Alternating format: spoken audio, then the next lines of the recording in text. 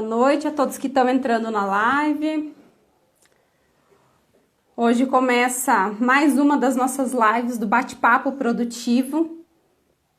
Agora às 20 horas. Hoje nós vamos ter o prazer de receber o Rodrigo, que é do SOS Sobriedade. Ele vai contar um pouquinho da experiência dele, do trabalho que ele faz atualmente na dependência química, tá?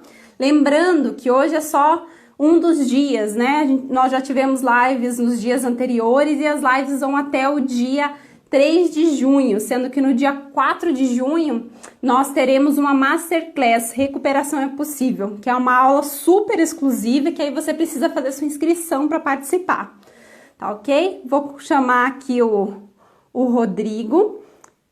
Amanhã a nossa live é às 19 horas, tá? Às 7 da noite com a coach Mari Santana, tá? Só para lembrar, porque as outras foram às 20, amanhã vai ser às 19 horas.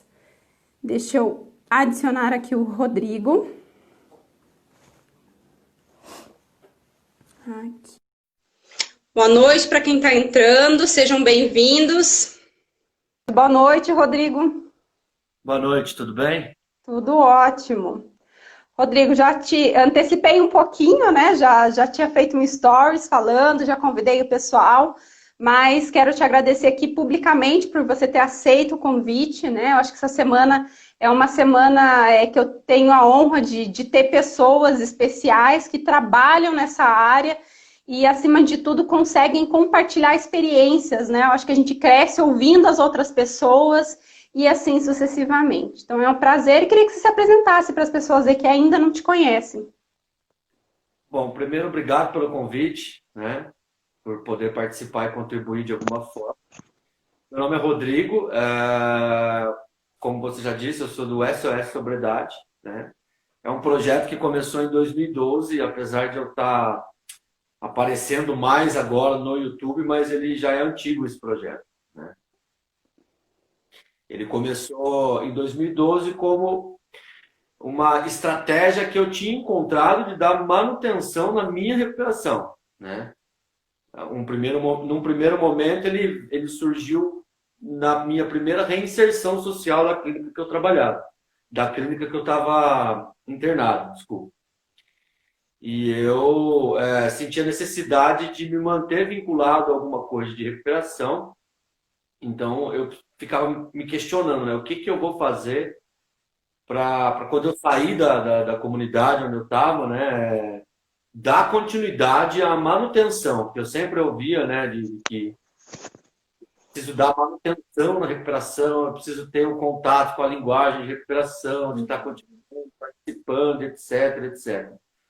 E eu falava, o que eu vou fazer, né, fora participar de grupos, essas coisas, né? E daí eu tive a ideia de criar, primeiramente, foi um blog, né? Primeiramente, o YouTube.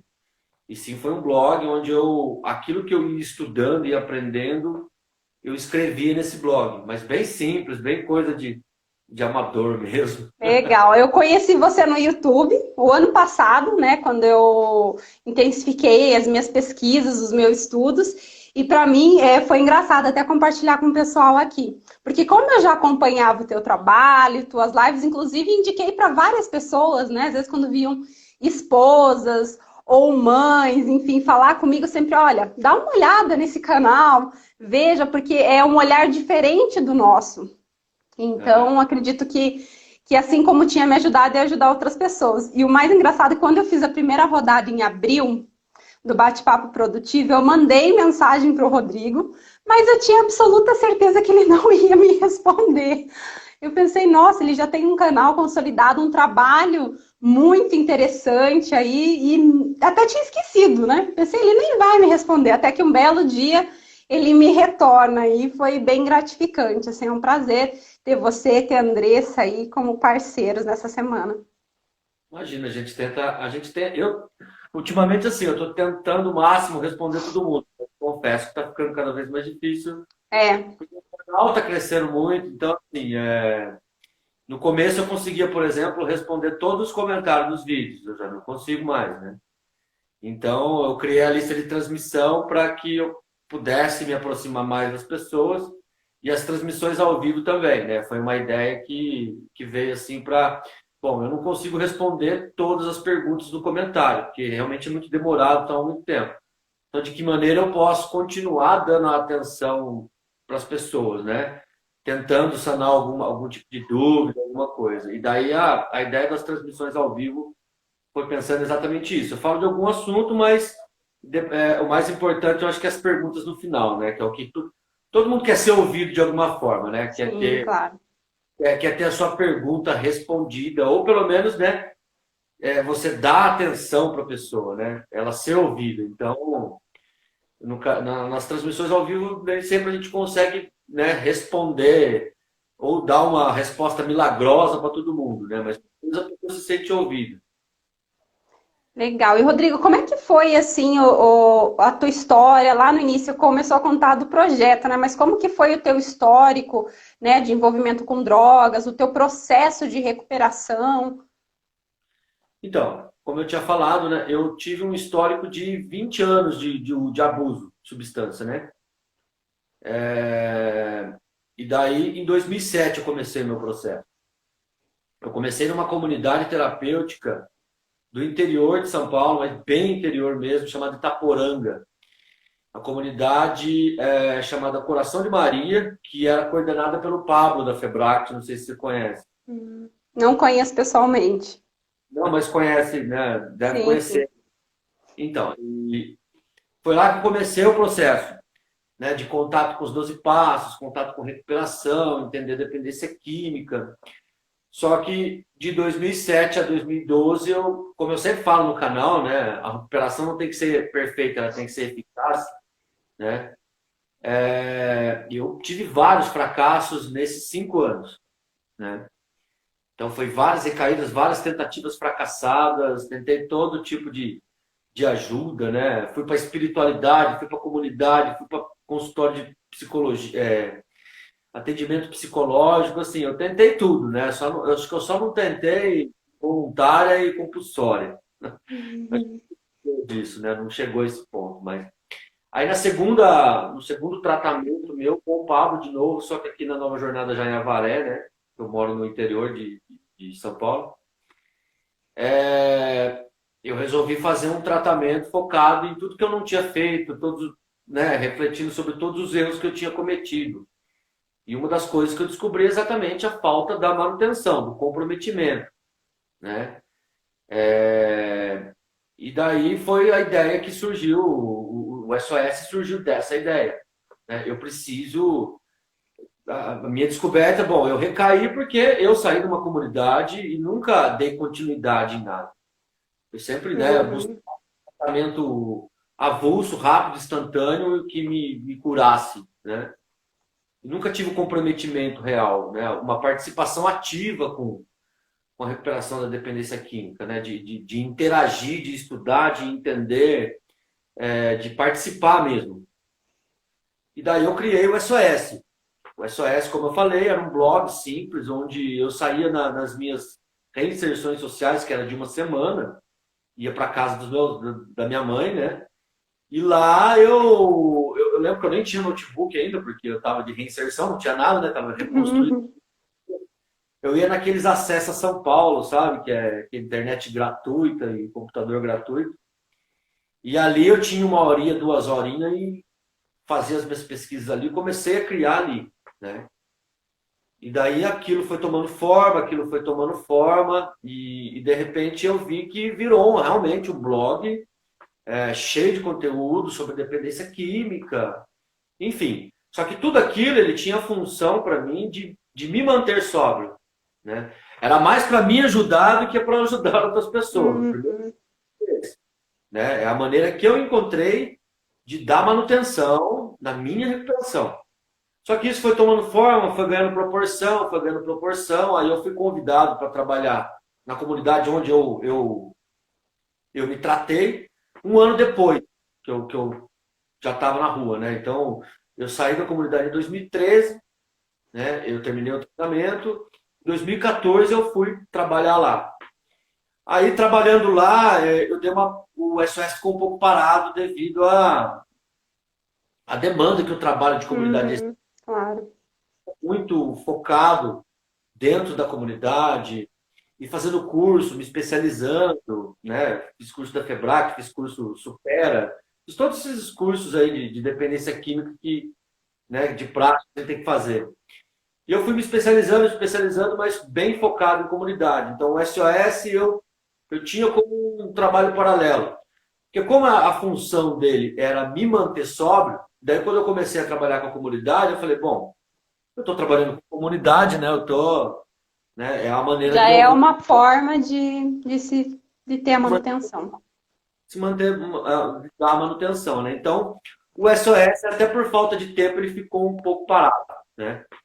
Eu ainda dava continuidade nele, mas muito pouco.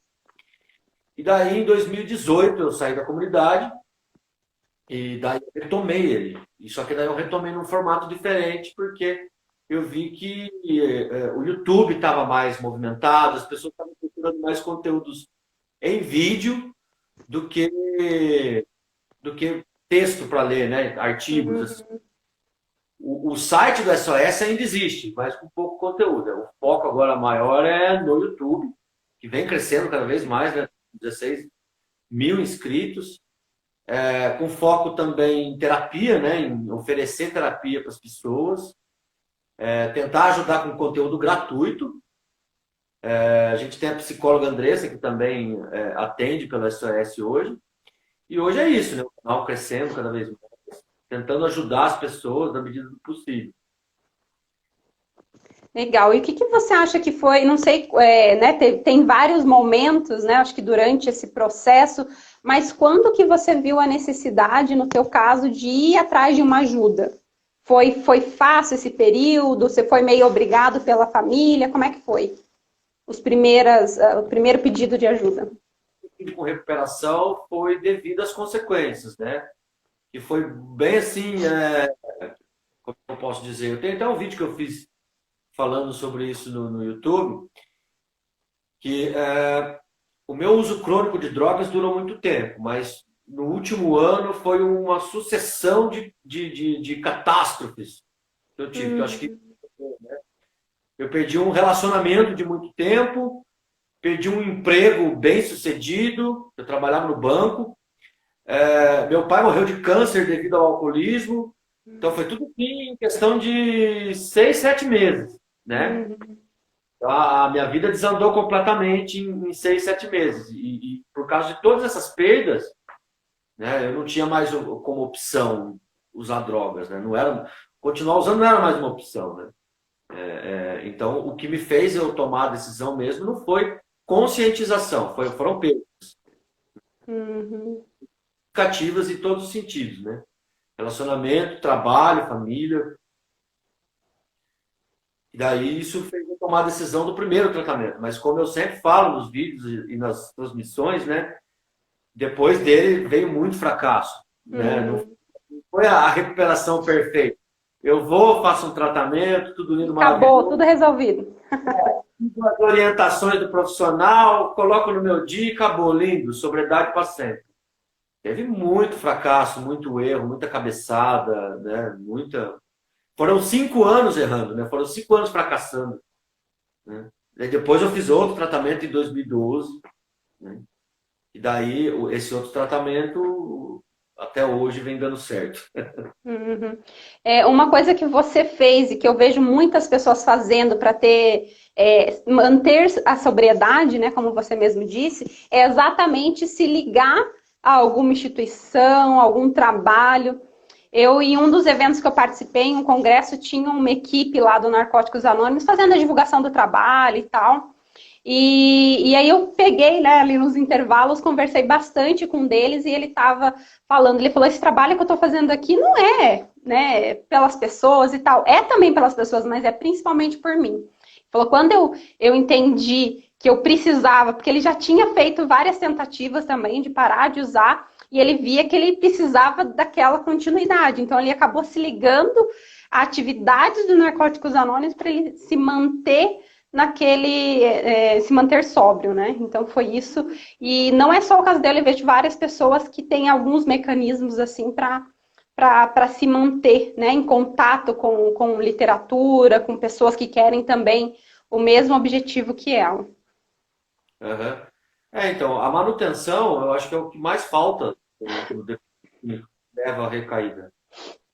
E eu acredito que estar comprometido de alguma forma com recuperação, seja profissionalmente, que hoje é meu caso, ou voluntariamente, como eu comecei, eu acredito que isso é um agente modificador de comportamento, né? Uhum. Na recuperação, você descobre uma série de, eu chamo de bug, né? Eu era cheio de bug, né? Então, eu fui tendo que corrigir esse bug no decorrer da minha manutenção. E o fato de você agir em prol da recuperação dos outros, você está envolvido com NA, com AA, ou com trabalho de CT, com trabalho de dependência química, mesmo que seja remunerado, esses bugs você vai corrigindo, né? Os seus comportamentos de adicção, você vai corrigindo quando você está trabalhando em prol da recuperação. Porque, por exemplo, eu falo por mim, né? Eu era uma pessoa muito impaciente.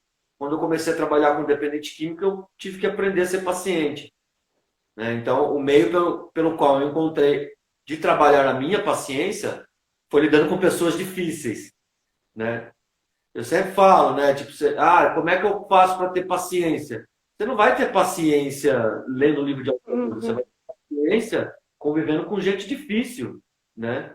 Você vai ter paciência convivendo com gente difícil de lidar. É assim que se desenvolve paciência. E assim vai, né? A gente vai aprendendo e desenvolvendo aquilo que me faltava, eu fui desenvolvendo no trabalho, né? Então, ao mesmo tempo que era uma profissão, é um tratamento, né? Eu consegui unir trabalho com tratamento. E isso é muito bom, né?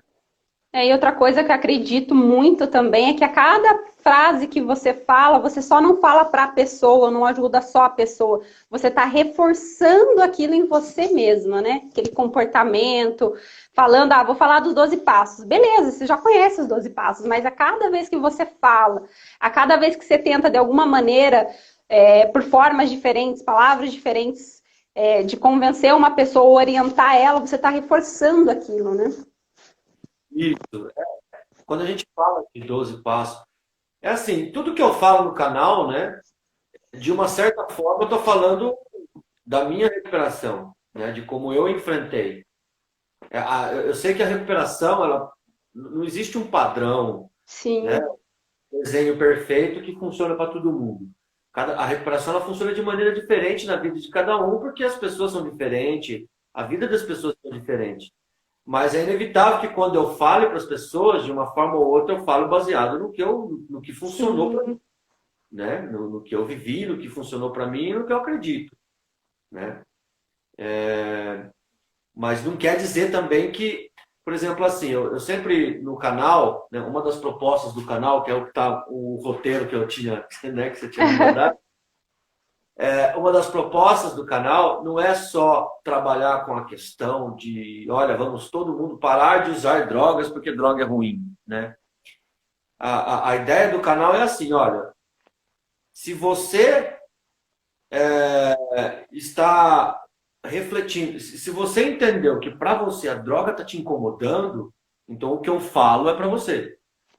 Só que eu tenho outro conteúdo que não é para quem quer parar de usar drogas. Eu tenho outro conteúdo, por exemplo, que é só para quem quer passar no exame toxicológico. Entendeu? Mas então quer dizer que você só fala para as pessoas pararem de usar droga por um tempo e depois voltar? Não, eu não falo para ela voltar, mas é essa informação que ela quer e ela vai ter. Entendeu? Então o canal ele acabou virando, ele não virou não é uma coisa dogmática que todo mundo tem que seguir aquilo que eu acredito. A pessoa busca vários tipos de informação lá. Então, assim, eu tenho conteúdo para redução de danos, né? Eu tenho conteúdo só para quem quer fazer exame toxicológico. Eu tenho conteúdo para quem está super tendo prejuízo com o seu uso de drogas e quer parar de vez. Porque cada pessoa tem o seu tempo, entendeu? Né? Eu não preciso convencer a pessoa que ela tem que parar. O canal, vamos dizer assim, é um convite que faz a pessoa refletir. né? E de repente, muitas pessoas conhecem o meu canal porque vão fazer exame toxicológico para renovar CNH e precisa ficar no mínimo 3 meses sem usar drogas, né? Então eu dou dicas de como a pessoa pode ficar sem usar para passar no exame. Só que às vezes o conteúdo desperta na pessoa o interesse de parar. Por quê? Porque ela fala, pô, eu estou correndo o risco de perder uma oportunidade de emprego ou não conseguir renovar a CNH por causa do meu uso. E daí ela tem aquela virada de chave, entendeu? O conteúdo consegue despertar um certo interesse da pessoa. Eu vou ouvir esse cara, ver o que ele tem para falar, né? Eu vou tentar parar com o meu uso porque ele está me trazendo prejuízo. Eu tô a ponto de perder uma oportunidade de emprego por causa do exame toxicológico. Então a gente consegue pescar algumas pessoas através desse assunto, entendeu? Então eu procuro entender que o meu canal ele não é só para dependente químico, ele trabalha também com prevenção secundária, né? Que é para aquelas pessoas que estão no abuso. Então ele não é só para abstinência absoluta, é para redução de danos, para quem não consegue parar de vez, né? Porque não tem uma verdade, não é só, não é todo mundo que usa droga precisa parar urgentemente. Isso não é uma verdade, eu acredito que não é. Eu tenho, a minha linha de pensamento não é fazer apologia à droga, mas assim, se você está tendo problemas com droga, então a sua relação com a droga é problemática, né? Então eu falo para essas pessoas. Agora, se a pessoa não está tendo problema com droga, ela só quer passar no exame toxicológico, quem sou eu para julgar? Eu vou fazer um conteúdo que sirva para essa pessoa. Uhum. E essa é a maior dificuldade dos pais, né? Porque às vezes eles entendem que já está tendo grandes prejuízos, às vezes realmente está, mas ainda o dependente não está naquela fase de reconhecer que tem um problema, que reconhecer que aquilo está fazendo prejuízo. Essa é a maior dificuldade. E às vezes tem muitas mães desesperadas que às vezes mandam mensagem também atrás de uma receita mágica e não tem, e é super difícil porque a pessoa quer que você fale, ah, faz isso e isso e acabou. E não é assim. E um dia eu tava falando, ah, mas tudo tem tempo, né? Porque se você não vai conseguir prender ele, o que é em casa ou alguma coisa, precisa ter uma outra abordagem para que ele mesmo queira, né? Isso faz muita diferença. É tudo questão de um processo de despertar, né? Eu vejo.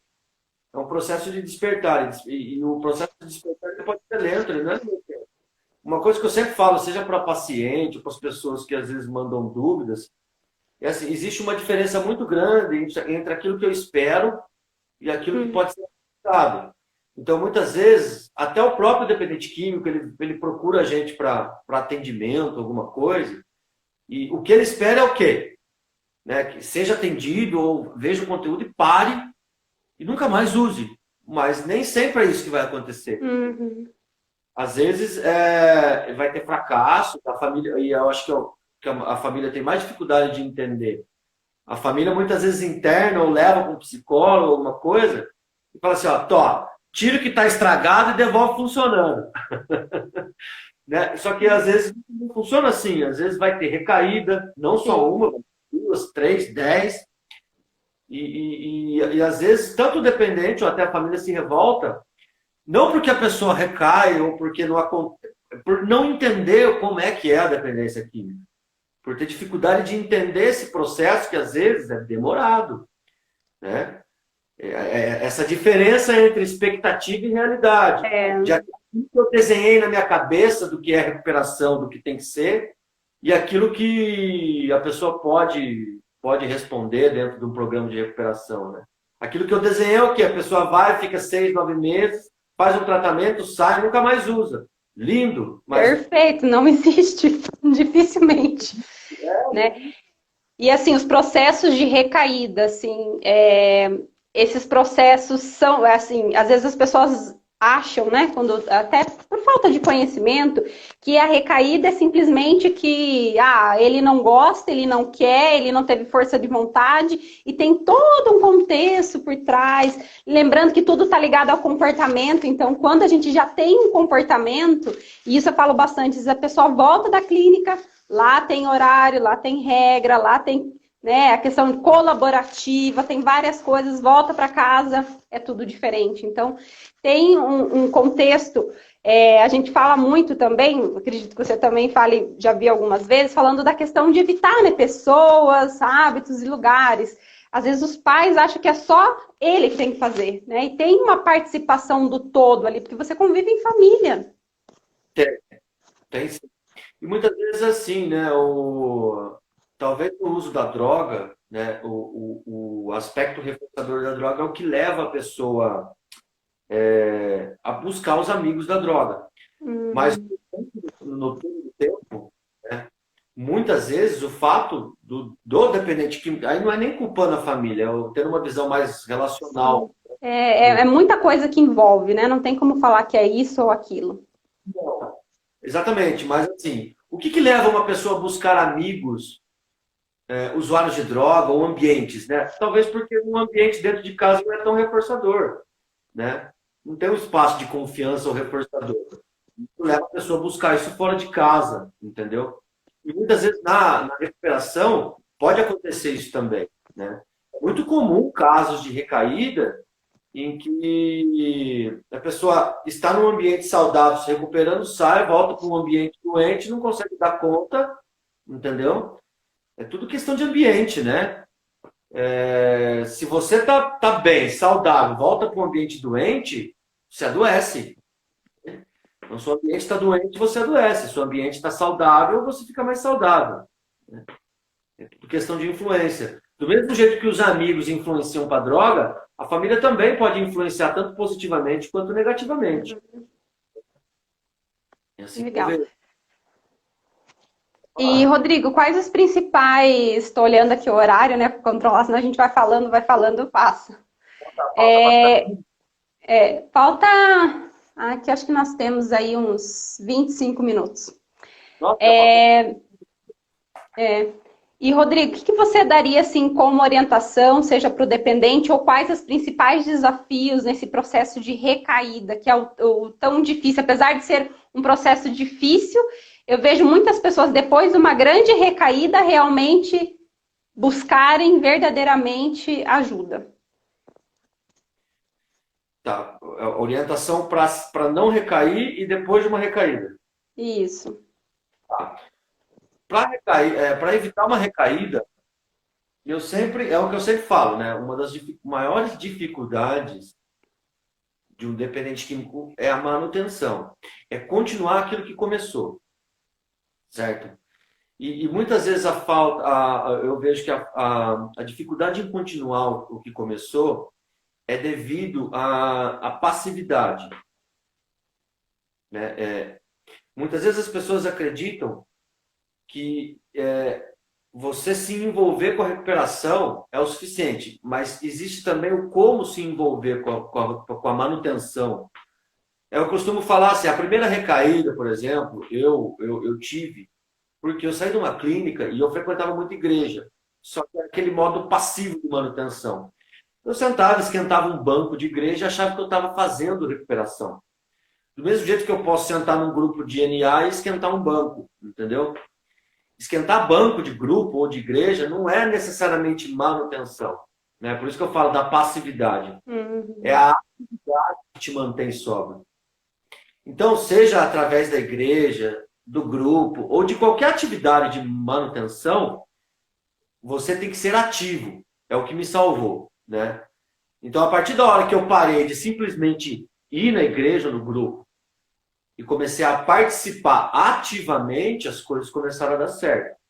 Então, por exemplo, eu vejo num grupo de apoio, quem que fica limpo por muito tempo? Quem assume a função de um coordenador de grupo, vai fazer HI, entendeu? Vai ajudar o recém-chegado. É uma pessoa que está ativa, ela se compromete, ela interage, né? Quem que repara? Quem que recai? É aquela pessoa que vai um dia sim, um dia não, né? Dia que está chovendo, já não vai.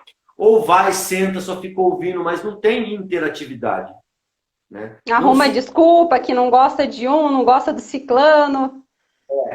e eu acho que o se envolver é muito mais do que ir, né? Não basta só ir, tem que se envolver. É por isso que eu falo, a recuperação, aquela recuperação passiva, ela não funciona.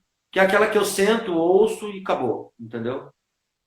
Eu acho mais a recuperação ativa, que é aquela que eu me envolvo, né? Eu exerço uma função, tenho algum cargo, tenho alguma atividade na igreja, né? Tem gente que encontra na igreja uma maneira de ficar só, porque... Uhum. Mas também eu ir na igreja para sentar e ficar ouvindo não tem atividade. Eu tenho que me envolver, seja com o ministério musical, com o ministério não sei do quê, do evangelho. É atividade, é envolvimento. Porque o envolvimento, ele permite que eu desenvolva déficits que eu tenho, né? Então, o dependente químico ele tem vários déficits, seja de habilidades sociais, seja emocional, que ele precisa desenvolver na recuperação. E é na atividade, na interatividade que você trabalha isso. Como eu falei, paciência, compromisso, responsabilidade, disciplina. Tudo isso você se desenvolve sendo ativo, não passivo. Não sentando e apenas ouvindo as pessoas falarem sobre dependência química. É interagindo que você desenvolve aquilo que lhe falta. É assim que eu enxergo, né? Agora, desculpa a pergunta, esse é para evitar recaída, né? É, agora após ali o período de recaída. Após o período da recaída, eu sempre falo, não se desespere, né? Eu procuro entender assim, não se desespere e entenda a recaída como parte do processo e um sinal, né? Um sintoma, não como uma catástrofe em que deu tudo errado. Né? Interpretar a recaída como uma leitura da sua recuperação. Né? É claro que quem recai fica muito difícil, a visão fica turva, né? Porque tem um monte de sentimentos que vêm. E aí por isso que daí eu sempre falo da importância da ajuda. Né? De não querer fazer tudo sozinho, de não querer segurar as pontas sozinho, né? De você ter alguém que enxergue, porque quando você recai, você fica desesperado, você se culpa, você se vitimiza, você se revolta, você culpa os outros, enfim, né? Uma série de sentimentos e uma distorção da realidade. E nada melhor do que uma pessoa de fora para tentar fazer você enxergar de uma maneira mais saudável e realista o que aconteceu, né? Legal. E qual que é a atividade, né? Hoje você é conselheiro em dependência química, né? O que é essa pessoa? O que um conselheiro ajuda? Qual que é o trabalho que esse profissional faz? O conselheiro terapêutico Isso. depende da abordagem que ele segue. Eu trabalho muito com abordagem comportamental. Né? Então, o que acontece? Eu tento fugir um pouco do conceito mentalista, que é o quê? De tratar a pessoa baseado assim, você tem que ter vontade de se recuperar, né? Essa visão de que tipo tudo que para se recuperar depende exclusivamente da minha vontade.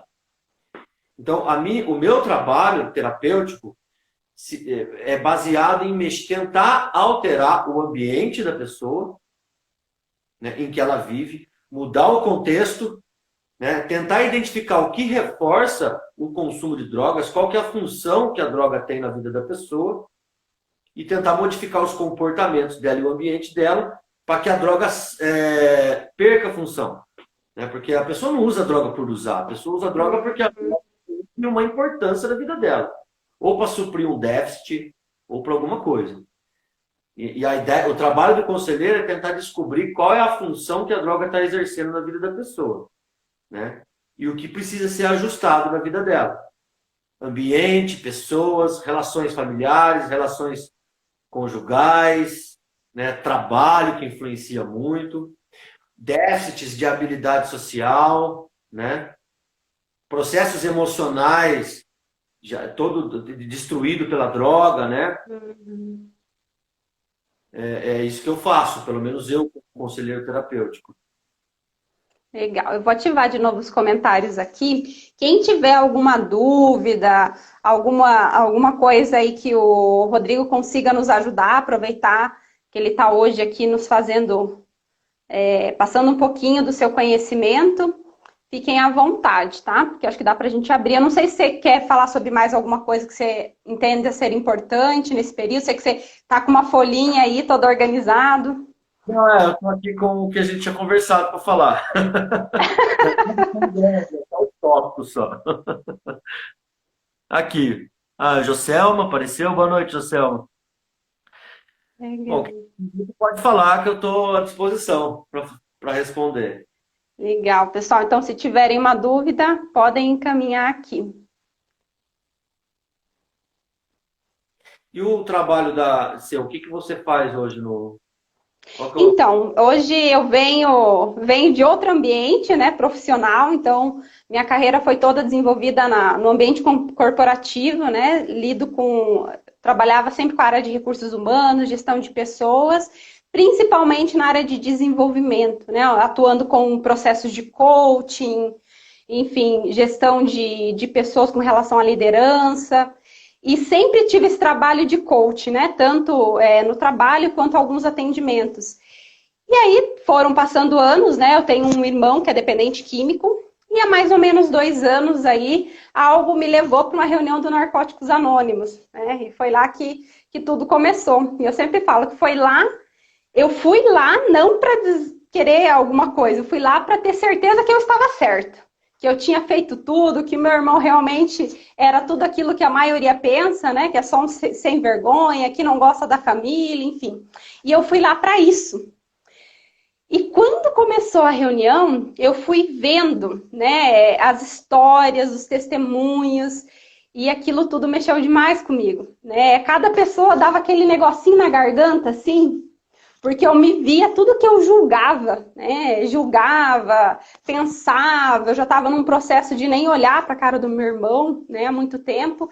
E aí, lá eu consegui ver o outro lado da moeda, né? Entender um pouquinho, abrir esse meu olhar para o que era a doença e falei, não, vou pesquisar mais. Saindo de lá, daí começou a minha trajetória, estudar desde livros, fui em alguns congressos, palestra, curso, buscando conhecimento. Aí que eu resolvi unir as duas coisas. Já trabalhava com desenvolvimento de pessoas e o coaching, ele trabalha muito comportamento, né? Então, eu também tenho um grande trabalho em função do comportamento, né? Planejamento, comportamento. Eu acho que a base de qualquer desenvolvimento de pessoa, seja na empresa, seja na vida pessoal, seja na dependência, ela está muito ligada ao comportamento. O meu comportamento influencia o ambiente, influencia quem está à minha volta. E aí eu comecei a unir isso.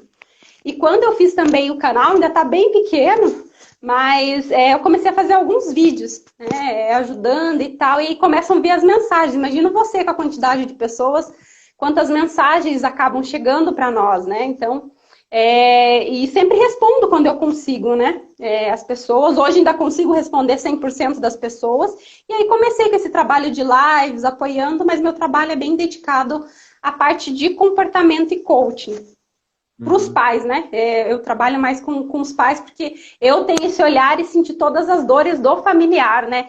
E também todas as visões erradas que nós acabamos tendo no processo, né? Como irmã, como pai, como mãe, é toda aquela visão que não é a visão realista das coisas, né? Que é uma visão que a gente coloca. Eu sempre entendi, assim, depois que eu comecei a trabalhar com dependência, eu sempre vi a dependência como uma doença que não tem culpado. É um problema, uma consequência de um processo relacional e sistêmico. Vamos dizer assim, a dependência química ela é o sintoma de uma família adoecida, né? Mas É, quem não tem culpado, porque é muita coisa que envolve, não tem como falar que é uma coisa ou outra. tipo assim, o meu avô tinha problema, que gerou problema no meu pai, que gerou problema em mim, e que se eu não romper esse padrão e ser uma pessoa melhor, eu posso gerar esse problema no meu filho, que vai perpetuar o problema. Então alguém tem que enxergar isso e romper esse padrão, né? Então não tem Legal, culpa. então tem alguns comentários aqui. O primeiro está perguntando como que as pessoas te acham aqui. É SOS Sobriedade, tá? O Instagram tá aqui, então só seguir lá o Rodrigo, que ainda não conhece. O YouTube também é SOS Sobriedade, então dá para vocês irem lá. Tem muito conteúdo, sempre faz todas as semanas lives, transmissões, então tem um grande trabalho. Eu Deixa eu sou ler. novo ainda, né? No Instagram eu sou novo, eu confesso que eu sou até meio ignorante no Instagram. É a que me ajuda, porque eu não sei muito mexer. Legal. Aqui, deixa eu ler o relato. Uma mãe aflita que está procurando ajuda, leituras, grupos de ajuda como a AE, etc. Mas o filho parou de ir com a droga e está no álcool sem internamento, não quer ajuda, só sofrimento. Aí é uma questão assim de um familiar, né? Assim que eu posso orientar, acredito, depois eu abro aqui para o Rodrigo, é procurar grupo de ajuda no momento. Tem vários grupos que estão com reuniões online, então é uma maneira, né? Tem vários vídeos na internet, não só meu, não só do Rodrigo, mas que quando nós obtemos conhecimento, nós conseguimos começar um olhar diferente, começar a entender de maneira diferente a doença. Quando eu não entendo nada, não tenho conhecimento, não tenho um grupo de ajuda, não tenho um terapeuta me apoiando, você não consegue ajudar a pessoa que está precisando de ajuda. E assim, eu até vejo esse comentário dela, eu consigo enxergar até de maneira positiva a situação. Porque a gente vê assim, eu tento entender sempre do lado comportamental, falou, né? Tudo é comportamento, eu também acredito muito nisso. Eu acredito que o processo, muitas vezes, de interrupção do uso de drogas, quando a pessoa vai para o álcool, para mim, ela já está sinalizando, é uma tentativa, uma estratégia que ela encontrou de tentar pelo menos diminuir, ou de tentar pelo menos alguma coisa. E para mim já é um bom começo, eu não vejo como algo ruim. Aquela pessoa está tentando se comportar de maneira diferente para tentar encontrar uma solução. Mesmo que seja talvez aos nossos olhos errada, ou que não agrade, ela está tentando encontrar uma solução. Né? Eu parei com a droga, então quem sabe o álcool me ajuda, eu vou ficar só com o álcool. A gente julga muito, né? Ah, isso aí é substituir droga, isso não pode. Mas se a gente olhar terapeuticamente, vamos dizer assim, né, para o ser humano, você vê que ele está tentando achar uma solução. Por mais que não seja a ideal ou a correta, mas ele está tentando. Né? É assim que eu vejo, pelo menos. Né? Aqui, a outra também fala da questão do... Aqui. Meu esposo teve uma recaída, não tão grave como das outras vezes. Só que eu não sei agora se deve chamar ele para conversar mais uma vez ou deixá-lo sem falar nada, né? Dúvida, mais uma vez, de um familiar que tem dúvida sobre como se portar. Meu esposo teve uma recaída, não entendi direito, desculpa. Meu Eu esposo acho que ele teve uma recaída, mas não foi tão grave. Ela está com dúvida se ela chama ele para conversar ou finge que não aconteceu nada. Olha, é para mim responder? Acredito que sim. É que assim, é difícil, né? Às vezes as pessoas não têm noção quanto que é difícil, porque a gente não conhece o detalhe daquela família, não sabe o histórico daquela pessoa, né? Então não tem uma receitinha, né? Não sei se você tem outra visão. Não, sim, eu acho que é muito difícil você dar uma resposta exata e precisa. Mas eu acredito que assim, se você está incomodada com isso, eu acho que guardar também não é a melhor solução. Só que é o que a gente sempre orienta. É para conversar. Tem que tomar cuidado dessa discussão. Por quê? Porque eu estou frustrado com a recaída dele, daí isso acaba gerando uma discussão em vez de virar um diálogo. Tem que ser um diálogo, né? Porque também o familiar ele não pode ficar, eu sempre falo assim, né? Ele não pode ficar guardando o que te incomoda para não frustrar o dependente químico. Senão ele vai recair de novo, né? Essas desculpas. Eu acho que assim, tem que ser conversado, mas conversado. Tem que tomar muito cuidado para não virar uma discussão.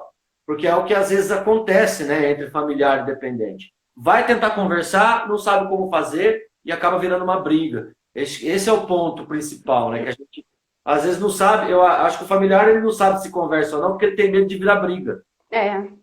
Né? De virar uma discussão. Acho que fazem umas 2 semanas mais ou menos, eu estava conversando com uma mãe e a gente sempre sabe quando tem um familiar que segue, tenta seguir o que você orienta e tem os que não tentam seguir.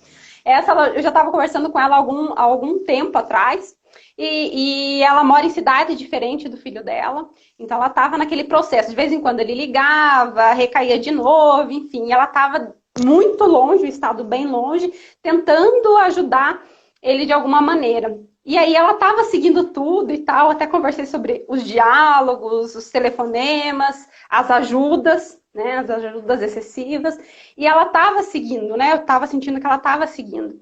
E aí ela falou, nossa, mas dessa vez eu não aguentei, ele recaiu de novo, e o que eu mais queria era falar que eu não aguentava mais, e não sei o que, não sei o que, não sei o que, não sei o que. E eu falei, mas você já tentou, se você tá tão assim, você já tentou falar para ele? Né? Que você realmente saturou, como que você está se sentindo. E daí ela falou, não. E ela estava assim, horrível, ela desligava o telefone e chorava, porque eu acho que ela ficava naquele negócio de se manter ali, não tentar prejudicar mais a vida dele, mas ela estava se prejudicando bastante. Aham. É aquilo, né? Eu para proteger o outro, eu me torturo, né? O dependente, o codependente, ele tem um problema muito que é difícil de tratar, que é a culpa, né? É aquela culpa. Então, assim, às vezes ele tem medo de falar, ele aceita se frustrar e guardar, né? Para não falar para o outro e frustrar o outro, né? E daí tem um trabalho que a gente tem que fazer, né? De separar o que é dele, o que é dele, o que é seu, o que é seu, né? Tipo, a frustração dele não depende de você poupar ou não, né? Ele vai se frustrar de qualquer jeito, você poupando ou não, Uhum. né? É. Aqui a Elza também comentou, sem internamento e ajuda terapêutica, ele pode se salvar? Isso é uma coisa que tem que ser feita avaliação. Pode ser assim, num primeiro momento, fazer uma terapia para que o profissional avalie. Mas é o que eu sempre falo, né? Tem casos que não tem Casos jeito, e casos, é. né? Tem casos que, assim, se a pessoa é incapaz de parar sozinho na rua, o uso é muito compulsivo, aí não tem como. Ela precisa ir para um ambiente protegido de substância para que ela consiga, pelo menos, ficar os meses de abstinência, de desintoxicação, né? Os meses mais críticos aí, eu costumo falar que é dos 3 aos 6, né? Que é os mais É. críticos. E quando eu entendo assim a dor dos familiares, mas o que eu posso dizer para todos, né, para a Elza aí também é que as pessoas não dão valor o quanto que é importante elas estarem bem para conseguir ajudar ele, né? Ela até comentou em outro episódio aqui, se eu me cuido, eu cuido dele. Então, se cuide você primeiro, né? Quando a gente tá mal, a gente fica totalmente desequilibrada, né? Então, como que você vai orientar, como que você vai tentar ter uma conversa, você não consegue, você só prejudica cada vez mais o relacionamento. Então, eu falo, grupo, né? Eu não tenho dinheiro hoje para um tratamento. Não. Primeiro vai no grupo. No grupo você já vai ter ali várias coisas que vão te ajudar a ver de uma outra forma. E não é só uma reunião, não é só 2 reuniões, são várias reuniões. E assim como a gente às vezes quer obrigar o dependente a ir na reunião, poxa, vamos fazer o nosso papel também. Uma coisa que eu acho que a sociedade moderna está muito viciada hoje em querer resolver problemas complexos rapidamente, né? Eu acho que isso a gente está muito viciado nisso hoje, como sociedade mesmo, não só na questão da dependência química, né? E eu acho que é isso que dificulta o processo, que é como você falou, né? Às vezes a família ela tem dificuldade de seguir esse processo, porque na verdade o familiar acredita muito que faz isso por ele, Uhum. entendeu? E eu acho que o primeiro passo é romper essa visão, né? Mudar essa visão de que eu vou num grupo de amor exigente, por exemplo, ou de qualquer outro grupo, eu vou num psicólogo para ajudar o dependente químico. Não, você É não eu, vai, né? ele vai se ajudar, você vai por você, né? A sua relação com ele te adoeceu, então você precisa tratar da sua doença, né? Vamos dizer assim, do seu comportamento codependente, né? E eu acho que é isso que é difícil. Do mesmo jeito que para o dependente é difícil ele entender que ele vai ter que mudar o estilo de vida dele e parar de fazer uma série de coisas, é difícil o codependente entender que quando ele vai num grupo é para ele, não é para o dependente químico. Não é pro dependente. Né? E às vezes eu coloco até no Instagram, lá no Facebook, enfim, coloco lá apoio familiar de dependentes químicos. E todas as conversas, sem nenhuma exceção, Ai, como é que eu faço para ajudar meu filho? Como é que eu faço meu filho aceitar isso? Como é que eu faço sempre com foco no dependente? Sempre. Ninguém, por onde eu acho isso? Como que eu posso me ajudar? E isso distorce muito, né? E eu entendo, alguns até abandonam, seja o grupo, o tratamento, o próprio familiar, porque tem toda essa questão do comportamento que nós falamos. E o comportamento, para o dependente, é dificílimo mudar. Para a gente também é difícil. Imagine que eu fiquei, né, todos esses anos da minha vida, né, os 30 anos da minha vida, para ter o comportamento que eu tenho hoje. Então, não é em um ano que eu vou conseguir mudar. Não. Então, isso que a gente às vezes não tem paciência para entender que é um processo. Processo, exatamente. E é muito comum também, né? Você vê que as pessoas elas participam do grupo só enquanto a pessoa está em tratamento. Depois é o abandono, Uhum, gritante o abandono, né? é. Quando eu trabalhava em comunidade, depois de um tempo, né, os convênios, né, os protocolos e procedimentos da comunidade mudou muito atualmente, né? Mas no começo do meu trabalho, a gente sempre dava reunião para familiares. E existia uma exigência para visitar o familiar, que depois foi proibida pelos conselhos, né? Que era um familiar, ele tinha que ter pelo menos uma participação nas reuniões de família que a gente dava na cidade para poder visitar o familiar. Aí, por coincidência, né, só coincidência, a reunião que mais dava gente era na reunião que antecedia a visita. Por um acaso, assim. A gente dava reunião toda sexta, com conteúdo de codependência e tudo. Não via ninguém, vinha uma ou outra pessoa. Na reunião de família, que antecede a visita, lotava, né, porque era a reunião que precisava para poder visitar. Então, você já via já que a pessoa ela não ia porque queria aprender, ela ia para poder visitar a pessoa, né? Eu sei que Ficava naquela questão passiva, né? Ela não estava ali para aproveitar o conteúdo, para participar, para aprender. Ela estava ali para ter o carimbinho, né? E eu acho que é em exato. todos os grupos. Então, mas a gente tenta, eu tento entender assim, às vezes a pessoa vai forçada mesmo até despertar, né? E às Uhum. vezes o dependente leva tempo para cair a ficha, às vezes o dependente também leva, né? Às Sim, vezes claro. experiências fracassadas para poder dar certo. Rodrigo, nosso tempo está acabando. Adorei nosso bate-papo. Obrigada mais uma vez por ter aceito o convite, ter compartilhado suas experiências, seus conhecimentos. Aqui, né, mais uma vez, aqui teve um comentário da Elza. O que eu faço primeiro? Se você salva você ou ele? Não é nem questão de escolher uma pessoa para salvar. Mas se é você que está buscando, já que ele não está aqui, comece a agir por você, né? Mude, busque você, seja os vídeos, seja uma literatura, grupos de apoio, né? Tem vários grupos online, então comece a buscar você, né? Quando você estiver melhor, e você vai aprender várias coisas nessa parte de conhecimento, você vai conseguir ajudá-lo e talvez direcioná-lo, porque tem muitas coisas que acontecem dentro de casa que influenciam com que ele veja a situação, né? Com que eles tenham esse despertar. Exatamente. Então, eu queria agradecer mais uma vez pelo convite. Acho que vai dar tempo de eu falar ainda. Dá sim. Então, um abraço para você, né? Obrigado pelo espaço. Convidar o pessoal a conhecer o nosso trabalho no YouTube, no Instagram. E é isso aí. Obrigado. Conte comigo sempre que precisar. Se precisar fazer mais live para a gente falar de outro assunto, estou à disposição. Tá ok? Legal.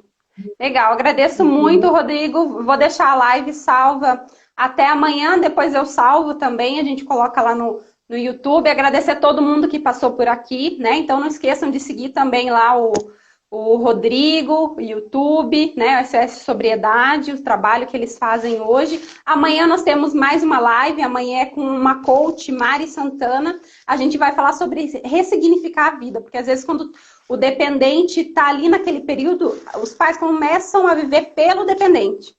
E então a gente precisa criar significado na nossa vida também. Tá? Então amanhã vai ser às 19 horas, espero que todo mundo possa participar aí também da nossa live amanhã. E mais uma vez, obrigada, Rodrigo. Um abraço. Tchau, tchau. Tchau.